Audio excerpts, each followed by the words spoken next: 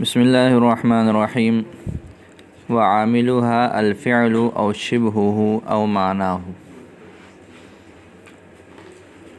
یہاں سے مصنف رحمۃ اللہ علیہ نے حال کو بیان کر لینے کے بعد اس کی مکمل تعریف، اس کی وضاحت، اس کی صورتحال، اس پر ہونے والے اعتراضات کا ذکر کیا۔ پھر اس کے بعد فرمائے کہ جی حال یہ منصوب ہے۔ حال منصوب ہوتا ہے کہ مرفوع ہوتا ہے کہ مجرور؟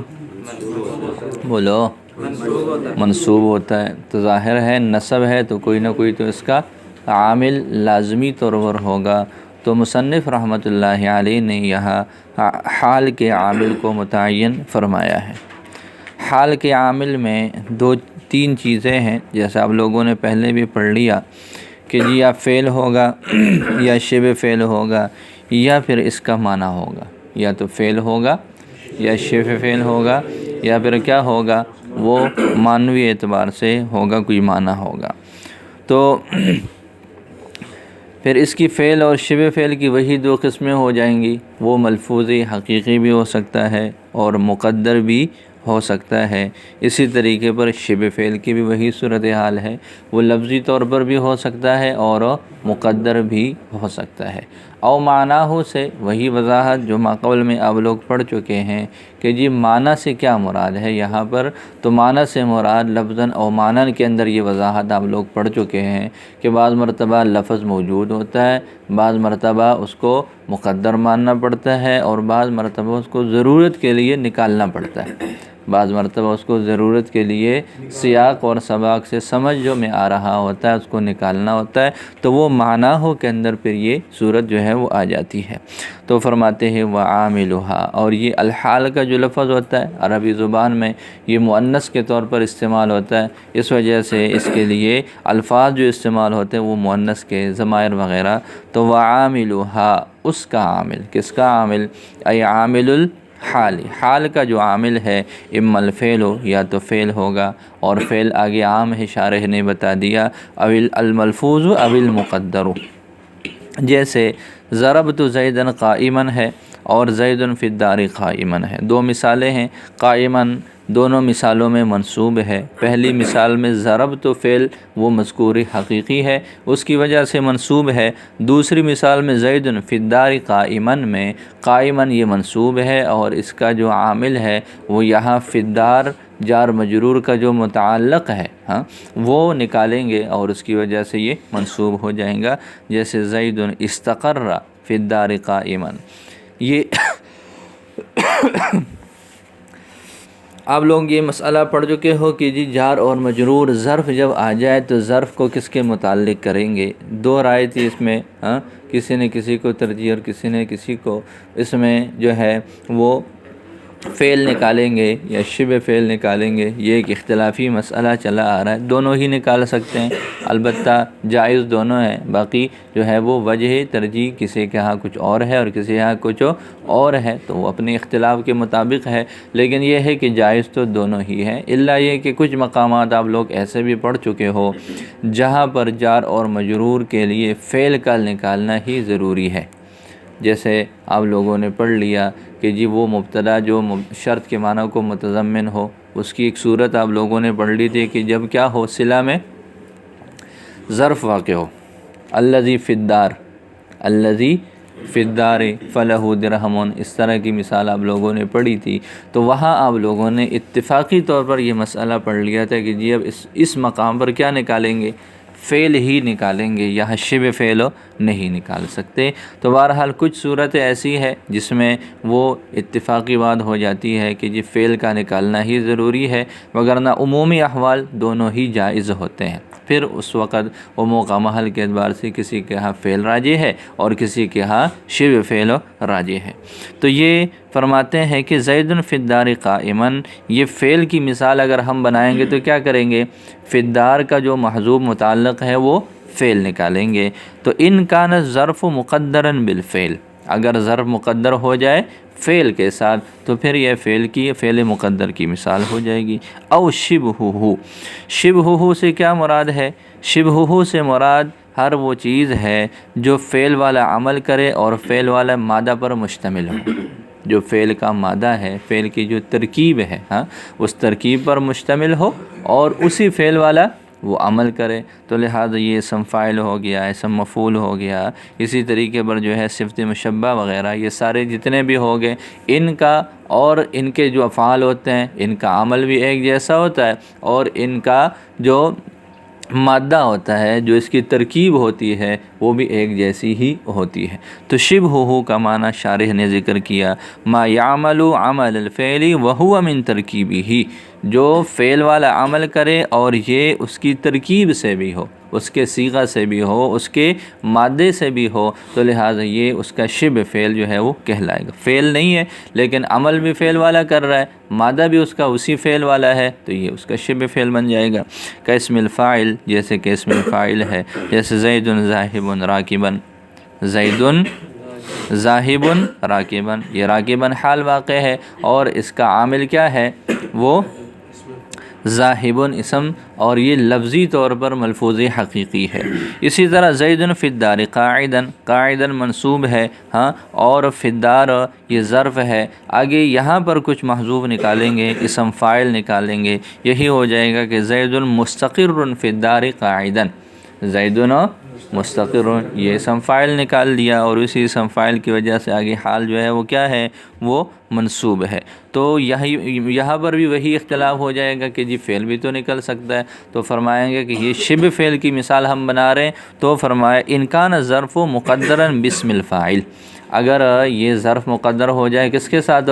اسم فاعل کے ساتھ، ہی اس کی مثال بن جائے گی۔ پہلی صورت ہو گئی شبہ فعل کی۔ دوسری صورت ذکر کی ہے وقسم المفعول، اسم مفعول کی طرح، جیسے زید مضروب قائما، اس میں قائما یہ مضروب کی وجہ سے منصوب ہے۔ صفت مشبہ بھی آ گیا، جیسے زید حسن ضاحکا۔ تو شبہ فعل کی تعریف کی اور اس کی چند مثالیں دی ہیں، یہ تمام مثالیں نہیں ہیں۔ او معنی ہو، تیسری صورت یہ ہے کہ جی فعل ہو یا شبہ فعل ہو یا پھر کیا ہو، اس کا معنی ہو۔ وہ معنی سے کیا مراد ہے؟ آگے اس کی وضاحت بیان فرمائی ہے کہ جی معنی سے مراد یہ ہے المستنبت من فحوى الکلام، ایسا معنی ہو جو سیاقی کلام سے جس کو سمجھا جا سکتا ہو، من غیر تصریح بھی او تقدیری ہی، بغیر اس کی تصریح اور بغیر اس کی تقدیر کے، تصریح بھی نہیں ہے، مقدر بھی نہیں نکالنا پڑتا، اس وجہ سے یہ جو ہے وہ معنی اس طرح سیاقی کلام سے سمجھ میں آ سکتا ہے۔ کل اشارت و تنبیہ فی نحو ھذا زید قائما کما مر، ایک مثال یہ ہے کہ جی ھذا سے جو باتیں سمجھ میں آ رہی ہیں، اس سے آپ لوگ پہلے وضاحت سے پڑھ چکے ہیں کہ ھذا سے ہا سے تنبیہ انبہ ہو اور ذا سے اشیرو والا معنی۔ وکن ندائی، اسی طرح حرف ندا، حرف تمنی، حرف ترجی اور تشبیہ کے جو الفاظ ہوتے ہیں، ان سے افعال اور معنی سمجھ میں تو آتا ہے، لیکن وہ کلام میں وہاں پر نہ تقدیری ہوتا ہے نہ ہی تصریحی ہوتا ہے، بلکہ ان کے جو ہے وہ سیاق سے اس کو سمجھا جا سکتا ہے۔ جیسے یہ مثالیں ہیں یا زید قائما، اب یا زید قائما، یہ قائما جو ہے وہ منصوب ہے، کس کی وجہ سے منصوب ہے؟ یا سے جو سمجھ میں آنے والا کلمہ ہے ادعو، اس ادعو کی وجہ سے یہ منصوب ہو جائے گا۔ لیتک عندنا مقیما، یہ مقیما منصوب ہے، کیوں منصوب ہے؟ لیتا سے جو بات سمجھ میں آ رہی ہے، لیتا کس کے لیے آتا ہے؟ تمنا کے لیے، تو تمنیتو کا، تمنیتو کل کے معنی میں ہو جائے گا، تمنیتو کا عندنا مقیما۔ لعلہ فی الدار قائما میں قائما منصوب ہے، کس وجہ سے؟ اس فعل کی وجہ سے جو لعلہ سے سمجھ میں آ رہا ہے اور وہ ترجی ہے۔ ترجیتہ فی الدار قائما ہو جائے گا۔ اور کأنہ اسد صائلا، گویا کہ وہ تو ایک حملہ کرنے والا شیر ہے، تو یہ صائلا یہ جو ہے گویا کہ وہ شیر ہے اس حال میں کہ وہ حملہ کرتے ہوئے، تو یہ صائلا حال ہے اور یہ منصوب ہے، کس وجہ سے؟ کأن سے جو ہے وہ فعل تشبیہ والا سمجھ میں آ رہا ہے اس سے، تو تشبہ تو ہو جائے گا، شبہ تو ہو جائے گا، شبہ تو ہو جائے گا، اس طرح کے افعال نکالے جا سکتے ہیں۔ تو یہ کچھ مثالیں دی ہیں انہوں نے کہ جہاں پر نہ تقدیری ہے نہ لفظاً ہے، بلکہ وہاں پر کوئی لفظ ایسا موجود ہے جس سے وہ بات سمجھی جا سکتی ہے، وہ معنی سمجھا جا سکتا ہے، تو یہ معنی کی صورت ہے۔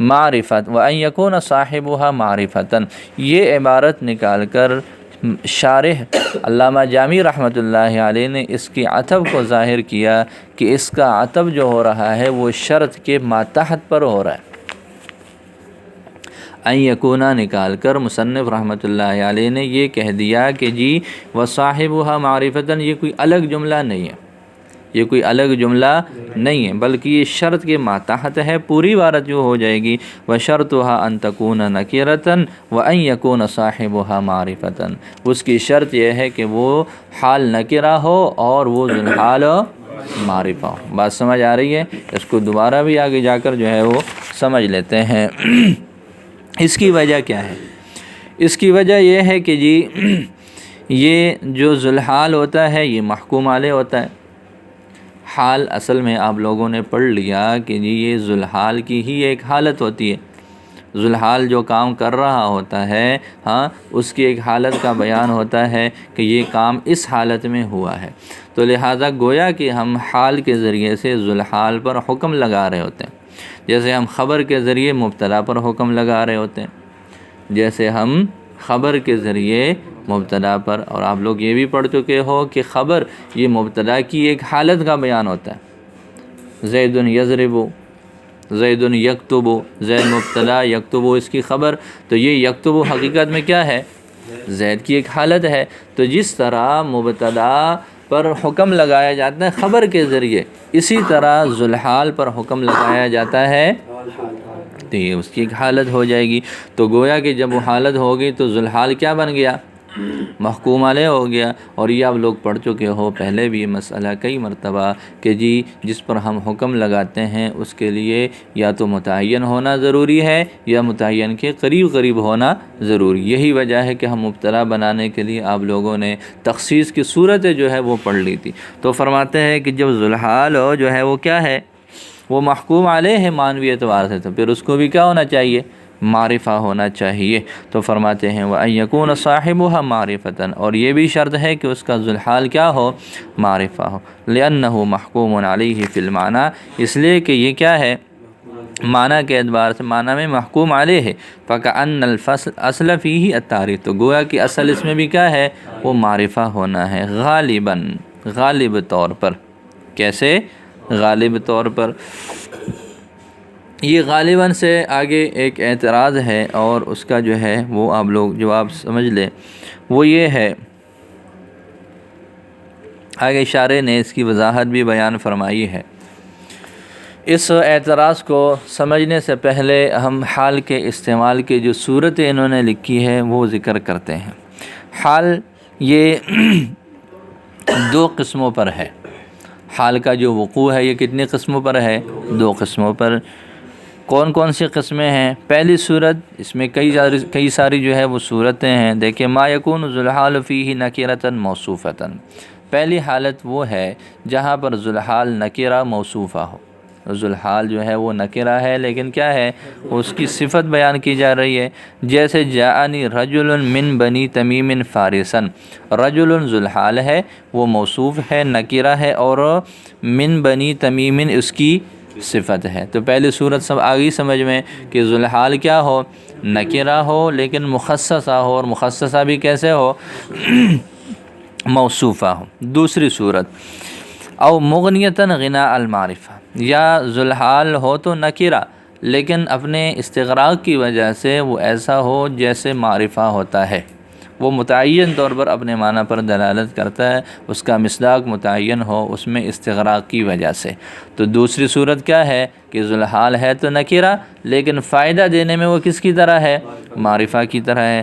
جیسے یہاں پر یہ مثال انہوں نے دی ہے فیہا یفرق کل امر حکیم امرا من عندنا، یہ جو کل امر ہے، امر پر جب کل داخل ہو گیا تو کل کی وجہ سے مکمل استغراق ہو گیا، اور جب استغراق ہوا تو اس میں عموم آ گیا، جب عموم آ گیا تو وہ احتمالات والی بات ختم ہو گئی۔ جیسے اس کی وضاحت آپ لوگوں نے مبتدا میں نکرہ جب واقع ہو اور اس کی تخصیص ہو وہاں پر اس کی وضاحت گزر چکی ہے۔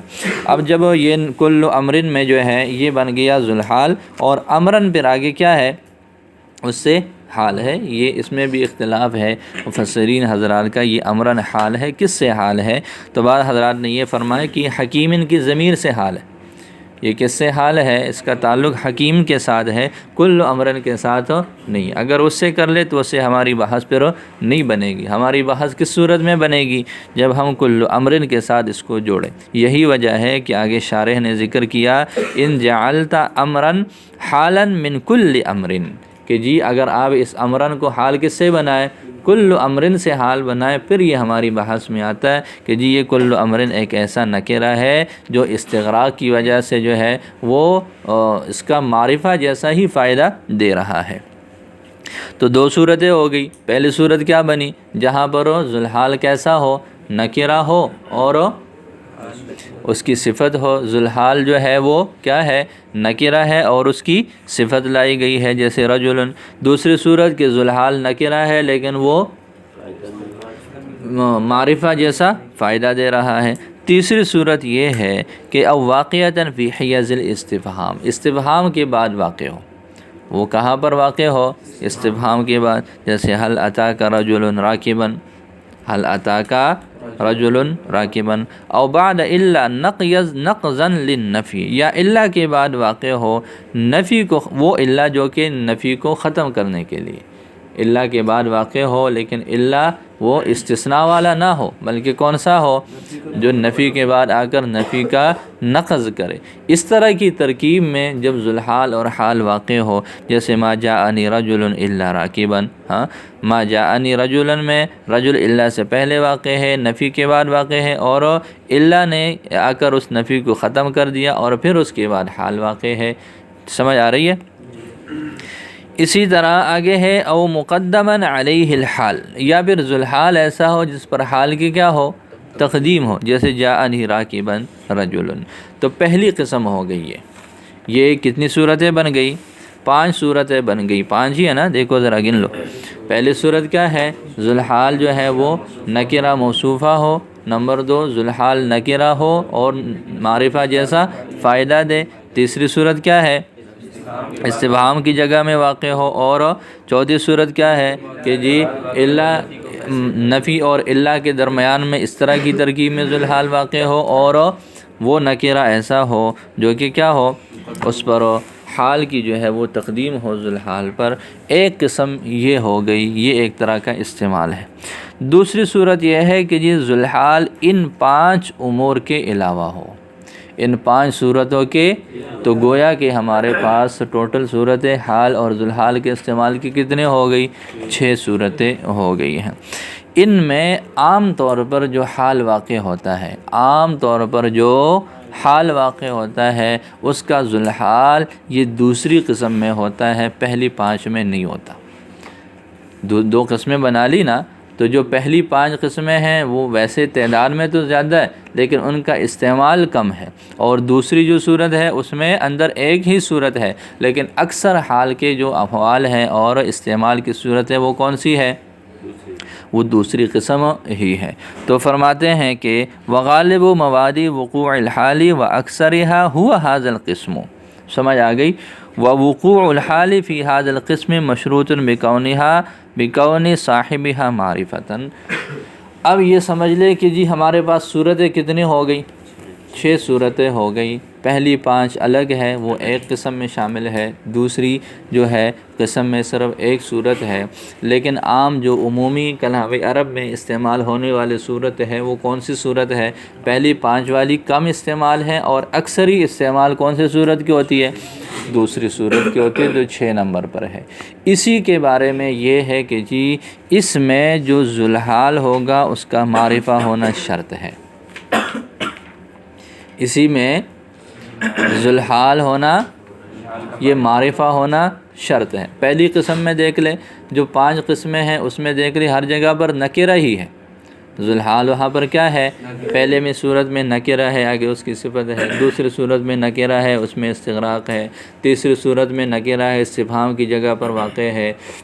الا والی صورت میں بھی نکرہ واقع ہے، اور ذوالحال سے جو حال مقدم ہو وہاں پر بھی ذوالحال کیا ہے، وہ نکرہ ہی کی شکل ہے، تو وہاں پر وہ جو ہے وہ نکرہ ہو سکتا ہے۔ لیکن یہ ہے کہ جو شرط ہے وہ شرط کہاں پر ہے معرفہ ہونے کی، وہ دوسری قسم میں ہے کہ ذوالحال کو کیا ہونا چاہیے، معرفہ ہونا یہ ضروری ہے۔ بات سمجھ آ گئی؟ اب دیکھیں اعتراض کی طرف آتے ہیں۔ اعتراض کیا ہے؟ اعتراض یہ ہے کہ جی آپ نے وصاحبها معرفتاً کو جوڑ لیا پہلی عبارت کے ساتھ اور شرط کے اس کو ماتحت کر لیا، تو گویا کہ حال والی ترکیب میں دو شرطیں ہیں۔ پہلی شرط یہ ہے کہ جی وہ حال نکرہ ہو، اور دوسری شرط یہ ہے کہ ذوالحال کیا ہو، معرفہ ہو۔ حال نکرہ ہے اور ذوالحال ہو، تو دو شرط ہو گئی، جانبین سے شرط لگ گئی۔ اب آپ نے ساتھ میں غالباً کا لفظ کہہ دیا۔ غالباً کا مطلب کیا ہے؟ غالب کا مطلب یہ ہے کہ کچھ صورتیں ایسی بھی ہیں جہاں پر یہ بات نہیں پائی جائے گی۔ تو اب شرط کس کو بولتے ہیں؟ اب کہتے ہیں کہ یہ شرط ہے، تو شرط کا مطلب جہاں پر بھی وہ صورت پائی جائے وہاں پر یہ قید ضرور ہوگی، یہ شرط پائی جائے گی۔ تو آپ نے شروع میں کہہ دیا کہ جی شرط یہ ہے کہ جی ذوالحال کیا ہونا چاہیے، معرفہ ہونا چاہیے، ساتھ میں آپ نے غالباً کہہ دیا، ساتھ میں آپ نے، تو شرط کا تقاضا یہ ہے کہ حال کی جتنی بھی ترکیبیں ہیں ان 6 صورتوں میں سے کوئی بھی صورت ہو وہاں پر ضروری ہے کہ کیا ہونا چاہیے، ذوالحال ہو، وہ معرفہ ہو۔ اور غالباً سے کیا بات سمجھ میں آتی ہے کہ جی ضروری نہیں ہے، اکثر تو ایسا ہی ہوگا کہ ذوالحال جو ہے وہ معرفہ ہو، لیکن کبھی اس کے برعکس بھی ہو سکتا ہے۔ اب اعتراض کی سمجھ آ گئی؟ دوبارہ کہہ دیتا ہوں، شرط کا تقاضا کیا ہے؟ شرط کا تقاضا یہ ہے کہ حال اور ذوالحال کی جتنی ترکیبیں ہوں تمام ترکیبوں میں ذوالحال جو ہے وہ معرفہ ہونا چاہیے، یہ ہے شرط کا تقاضا۔ آپ نے شرط لگا دی کہ شرط یہ ہے کہ ذوالحال معرفہ ہو، تو پھر اس کا تقاضا یہ ہونا چاہیے کہ حال اور ذوالحال کی جتنی ترکیبیں ہیں تمام ترکیبوں میں ذوالحال کیسے ہونا چاہیے، معرفہ ہونا ہے۔ بات واضح ہو گئی؟ غالباً کا تقاضا یہ ہے کہ جی اکثری صورتیں تو ایسے ہی ہیں کہ ذوالحال کیا ہو، معرفہ ہو، لیکن ایسی بھی صورتیں پائی جا رہی ہیں کہ جہاں پر ذوالحال ہو، نکرہ ہو۔ بات سمجھ آ گئی؟ تو یہ ایک اعتراض ہوا کہ آغاز اور منتہا میں وہ تضاد ہے، وہ کیا ہے، تضاد ہے۔ اس کا شارح نے بھی آگے جواب دیا ہے، کچھ بعض حضرات نے بھی اس کا جواب جو ہے وہ دیا ہے۔ وہ جواب کیا ہے؟ وہ جواب یہ ہے کہ جی دو چیزیں ہیں، ایک ہے ذوالحال کا معرفہ ہونا، ذوالحال کا معرفہ ہونا، یہ غالباً بھی ایک قید ہے، غالباً بھی کیا ہے، ایک قید ہے۔ اس قید کا تعلق دو چیزوں سے ہو سکتا ہے، نمبر 1 ذوالحال کا معرفہ ہونا، دوسرا اس ذوالحال کے معرفہ ہونے کی جو شرط ہے اس شرط کو مقید کرنا۔ غالباً ایک قید ہے، اس قید کا محل دو چیزیں ہو سکتی ہیں، نمبر 1 ذوالحال کا معرفہ ہونا، ایک پہلی چیز یہ ہے، دوسرا یہ ہے کہ ذوالحال کے معرفہ ہونے کی جو شرط ہے وہ شرط مطلقاً نہیں ہے بلکہ وہ شرط مقید ہے۔ بات سمجھ آ گئی؟ تو اب صورتحال کیا ہے؟ شارح نے جو آگے وضاحت فرمائی ہے اس وضاحت کے مطابق یہ غالباً پہلی چیز کی شرط نہیں ہے، ذوالحال معرفہ ہو اس کی شرط اور اس کے لیے قید نہیں ہے، بلکہ یہ کس کے لیے قید ہے؟ شرط کے لیے قید ہے۔ شرط کے لیے قید ہونے کا کیا مطلب؟ شارح نے اس کی وضاحت فرمائی کہ جی استعمال کی 6 صورتیں، استعمال کی 6 صورتیں ہیں، ان 6 صورتوں میں صرف ایک صورت کے لیے یہ شرط ہے اور باقی 5 صورتوں کے لیے یہ قید نہیں ہے۔ بات سمجھ آ گئی؟ نہیں آ رہی؟ غالباً کا تعلق کتنی چیزوں سے ہو سکتا ہے؟ 2 چیزوں سے۔ کون کون سی چیز سے؟ پہلی بات تو یہ سمجھ لے کہ غالباً ایک قید ہے۔ اب ہم نے دیکھنا یہ ہے کہ اس کے ساتھ ہم مقید کس چیز کو کریں گے۔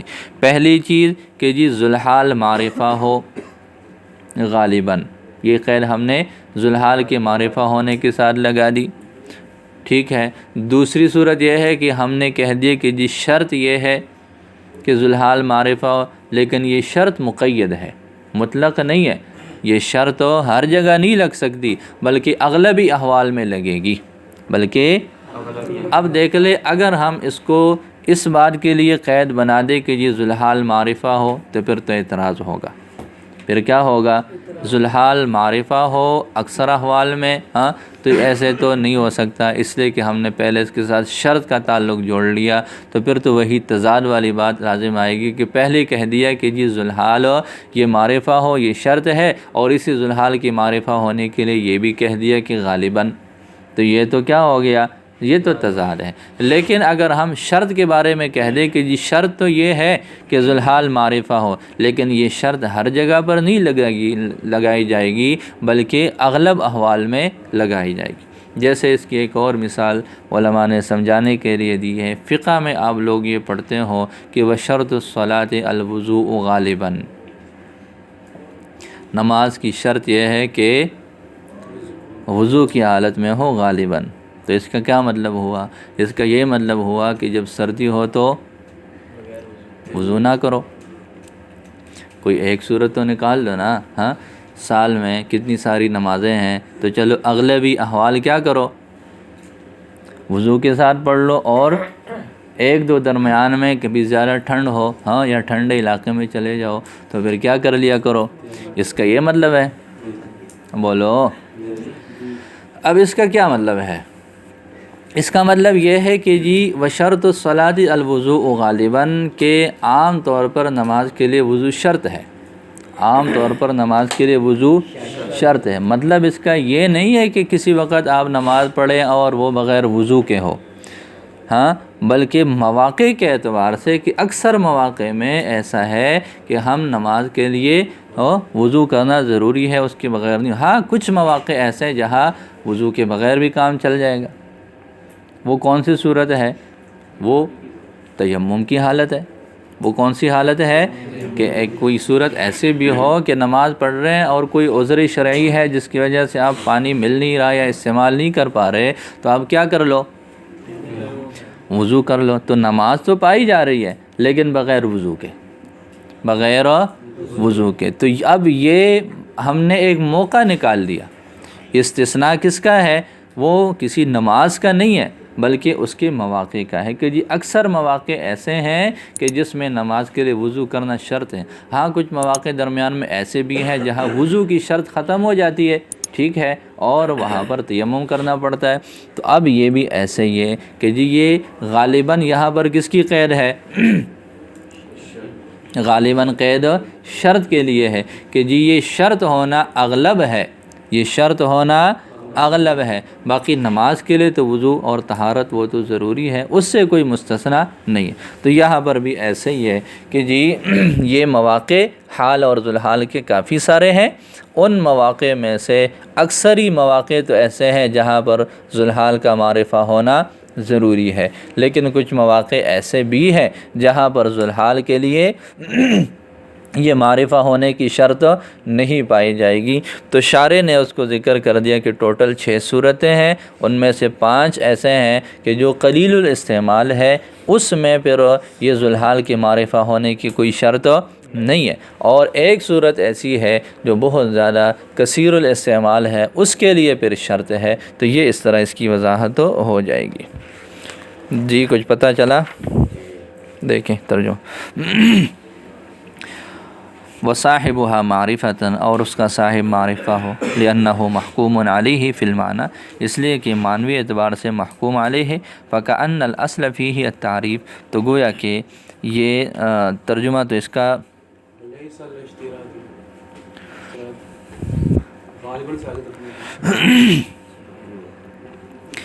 جی غالباً ای لیس اشتراطها بکون صاحبها معرفتاً، یعنی اس کا شرط ہونا اس کے صاحب کے معرفہ ہونے کے ساتھ نہیں ہے، اس کے تمام مواد میں، بل فی غالب موادہا، بلکہ اس کے غالب مواد یعنی اکثر مواقع میں۔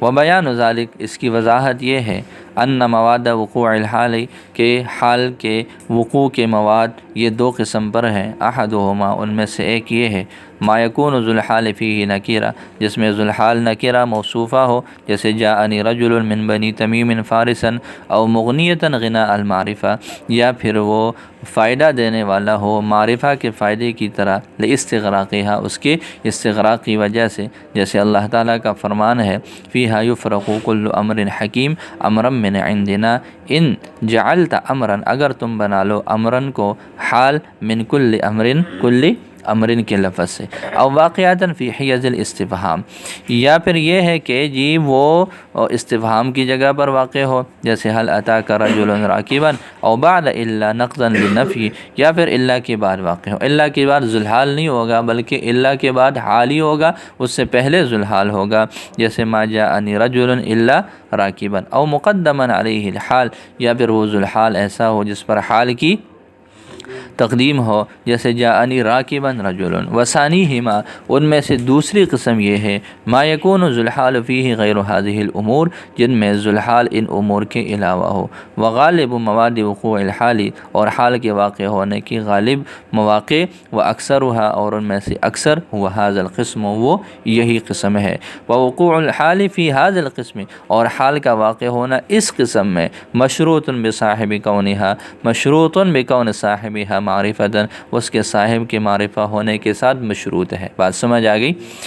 فقولہ غالباً، لہٰذا ماتن کا یہ جو قول ہے غالباً قید ہے، لاشتراط کونہا لکون صاحبہا معرفتاً، اس کے ذو الحال کے معرفہ ہونے کی شرط کے لیے۔ کس کے لیے؟ ذو الحال کے معرفہ ہونے کی قید نہیں ہے، بلکہ کس کی قید ہے؟ قید ہے لاشتراط کون صاحبہا معرفتاً، اس کے ذو الحال کے معرفہ ہونے کے لیے، ہونے کی شرط کے لیے یہ قید ہے، لا لکون صاحبہا معرفہ، نہ کہ اس کے صاحب کے معرفہ ہونے کے لیے، حتیٰ یقال، حتیٰ کہ یوں اعتراض کر لیا جائے کہ ان غالبیت کون صاحبہا معرفتاً، کہ جی اس کے ذو الحال کے معرفہ ہونے کے غالب ہونا، المنبئ، یہ تو جو ہے جو کہ خبر دینے والا ہے، عن تخلفہ فی بعض المواد، اس کے پیچھے رہ جانے کے سے بعض مواد میں۔ جی آپ کہتے ہیں کہ جی غالب ہو، تو مطلب غالب کا مطلب یہ ہوا کہ جی بعض مواد میں یہ بات نہیں پائی جائے گی، تنافی الشرطیہ، یہ بات کیا ہے؟ یہ منافی ہے شرطیت کے۔ یہ غالبیت کون صاحبہ معرفہ المنبئ عن تخلفہ فی بعض المواد، یہ سارا انا کا اسم ہو جائے گا، اور تنافی الشرطیہ یہ انا کی خبر ہے۔ یہ کیا ہے؟ انا کی خبر ہے۔ تعریف کیسے، ترجمہ کیسے ہو جائے گا؟ بے شک اس کے ذو الحال کے معرفہ ہونے کا اغلب ہونا، جو کہ خبر دے رہا ہے، عن تخلفہ فی بعض المواد، اس کے نہ ہونے سے بعض مواد میں، یہ بات منافی ہے شرطیت کے، یہ بات منافی ہے۔ وَيَحْتَاجُ إِلَىٰ أَن يُصْرَفَ، اور یہ ضروری ہے، یہ محتاجی ہے اس بات کی طرف کہ کلام کو اس کے ظاہر سے پھیر لیا جائے، اور کلام کو اس کے ظاہر سے پھیر لیا جائے۔ وَيُجْعَلُ قَوْلُ صَاحِبِهِ وَصَاحِبُهَا مَعْرِفَةً مُبْتَدَا، یہ آگے وَيُحْتَاجُ جو ہے مصنف رحمۃ اللہ علیہ نے، یہ کچھ لوگ جو ہیں انہوں نے اس کی وضاحت کچھ اور طرح سے بھی کی ہے۔ وہ وضاحت کس طرح سے کی ہے وہ میں آپ کو بتا دیتا ہوں، کہ انہوں نے ایسا کیا کہ وَشَرْطُهَا أَن تَكُونَ نَكِرَةً، یہاں تک یہ بات مکمل کر لی، یہ پورا ایک جملہ ہو گیا۔ یہ پورا جملہ ذکر کر لینے کے بعد پھر انہوں نے کہہ دیا وصاحبها معرفتاً غالباً، کہ جی اس کی شرط یہ ہے کہ ذو الحال نکرہ، یہ حال جو ہے وہ نکرہ ہو، بس بات پوری ہو گئی۔ آگے وصاحبها معرفتاً غالباً، اور غالب طور پر اس کا ذو الحال معرفہ ہے، اس کو شرط کے ساتھ انہوں نے نہیں جوڑا۔ یہ انہوں نے اس اعتراض سے بچنے کی صورت ذکر کی ہے، لیکن شارح نے آپ کو بتا دیا میں نے، وَأَن يَكُونَ نکالا، شارح نے کیا نکالا؟ وَأَن يَكُونَ صَاحِبُهَا، یہ بتانے کے لیے کہ جی ایک مستقل جملہ نہیں ہے، بلکہ یہ وَشَرْطُهَا کے تحت ہی ہے، یہ وَشَرْطُهَا کے نیچے ہی ہے، یہ اس طرح اس کی وضاحت ہے۔ تو فرماتے ہیں وَيُحْتَاجُ، کہ جی یعنی یہ ان لوگوں کا رد ہے لا لکون صاحبہ معرفتاً حتی یقال، کہ جی یوں کہہ دیا جائے، جیسے وہ لوگ کہتے ہیں کہ جی شرط لگا رہی تو پھر تو غالب اس کی منافی ہو جائے گا، لہٰذا اب کلام کو اس کے ظاہر سے پھیر لیا جائے گا، اور اس کو ظاہر سے پھیرنے کی صورت کیا ہوگی کہ جی پہلے والے جملے کو الگ جملہ بنا لے اور دوسرے کو الگ بنا لے، تو وَيُجْعَلُ، اور پھر یوں کر لیا جائے کہ وَصَاحِبُهَا مَعْرِفَةً، یہ مبتدا اور خبر ہو اور یہ معطوف ہو جائے وَشَرْطُهَا أَن تَكُونَ نَكِرَةً پر، وَشَرْطُهَا أَن تَكُونَ نَكِرَةً پر عطف ہوگا، تو مطلب کیا ہے، یہ جملہ عطف الجملہ علی الجملہ ہو جائے گا کہ وَشَرْطُهَا أَن تَكُونَ نَكِرَةً، یہ مستقل جملہ ہے، اور وَصَاحِبُهَا مَعْرِفَةً غالباً، وَصَاحِبُهَا مَعْرِفَةٌ غالباً یہ الگ جملہ ہے۔ یہ شارح ہندی وغیرہ علامہ جو ہے وہ دوسرے حضرات نے اس کی یہ وضاحت فرمائی ہے اس اعتراض سے بچنے کے لیے، لیکن شارح نے اور ماتن کے نظریے کے مطابق اس کی کیا وضاحت ہے، وہی وضاحت ہے کہ یہ جو غالباً ہے یہ غالباً وصاحبها معرفتاً کی قید نہیں ہے، بلکہ کس کی قید ہے، یہ شرط کی قید ہے کہ جی اس کے مواقع کافی سارے ہیں، ان میں سے کچھ مواقع ایسے ہیں جہاں یہ شرط لگائی جائے گی اور کچھ مواقع ایسے ہیں جہاں پر یہ شرط نہیں لگائی جائے گی، جیسے وضو نماز کے لیے شرط ہے لیکن اکثر مواقع میں ہے، کچھ مواقع ایسے بھی ہیں جہاں وضو یہ نماز کی شرط نہیں ہے، جیسے جہاں پر آپ پانی استعمال نہیں کر سکتے، آپ کا عذر ہے، تو یہ بھی ویسے ہی ہے۔ چلو